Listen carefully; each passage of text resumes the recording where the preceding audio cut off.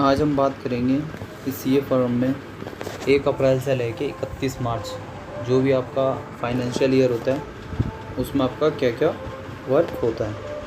List of CA firm work 1 April to 31 March sale purchase entry and pending bill entry. जो भी आपकी जो मार्च की होगी, लास्ट 31 मार्च तक की जो भी आपकी एंट्री होगी वो, और जो भी अगर आपके पेंडिंग बिल होंगे जैसे डेबिट क्रेडिट नोट या किसी से आपको बिल लेना है एडजस्टमेंट के लिए या आपको कोई बिल पेंडिंग है, उसकी एंट्री आपको मार्च 31 से पहले करनी है। उसके बाद जो हमारा काम रहता है उसका GST and 3V, GSTR 1 and GSTR 3V return. GSTR 3V का आपको स्पेशल ध्यान रखना है क्योंकि इसमें आपकी सारी एडजस्टमेंट होती हैं।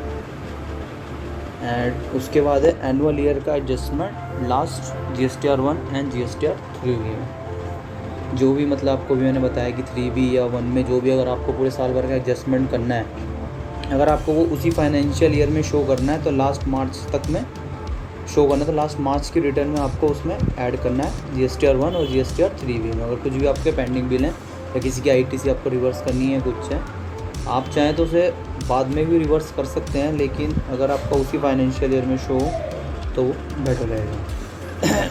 ITC liability comparison annual year का ITC लाइबिलिटी कंपैरिजन एक जो नया फीचर आया था लास्ट ईयर, काफ़ी यूज़फुल है।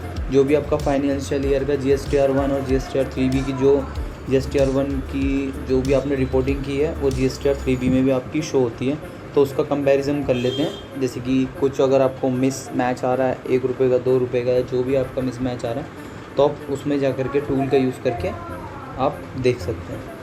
31/5 last date of TDS fourth quarter. ये TDS की लास्ट रिटर्न होती है जिसमें Q4 की होती है। ये आपकी बहुत इंपॉर्टेंट होती है, जिसमें अगर आपका किसी का भी TDS काटना है तो उस हिसाब से आप इसका 31 लास्ट तक काट सकते हैं। और क्वार्टर भी आप यूज़ कर सकते हैं, लेकिन फिर भी आप अगर लास्ट उसी एनुअल ईयर में यूज़ करेंगे तो वो बेस्ट रहेगा। उसके बाद है आपका सितंबर 30 पहले लास्ट फाइनेंशियल ईयर की सारी एडजस्टमेंट करनी है। Example debit credit note entry ITC adjustment. ऐसा नहीं है कि आप 31 मार्च को अगर आप एंट्री नहीं कर पाए, यानी मार्च के महीने की एंट्री नहीं कर पाए तो आप एंट्री नहीं कर सकते। आप सितंबर तक की 30 सितंबर तक एंट्री कर सकते हैं।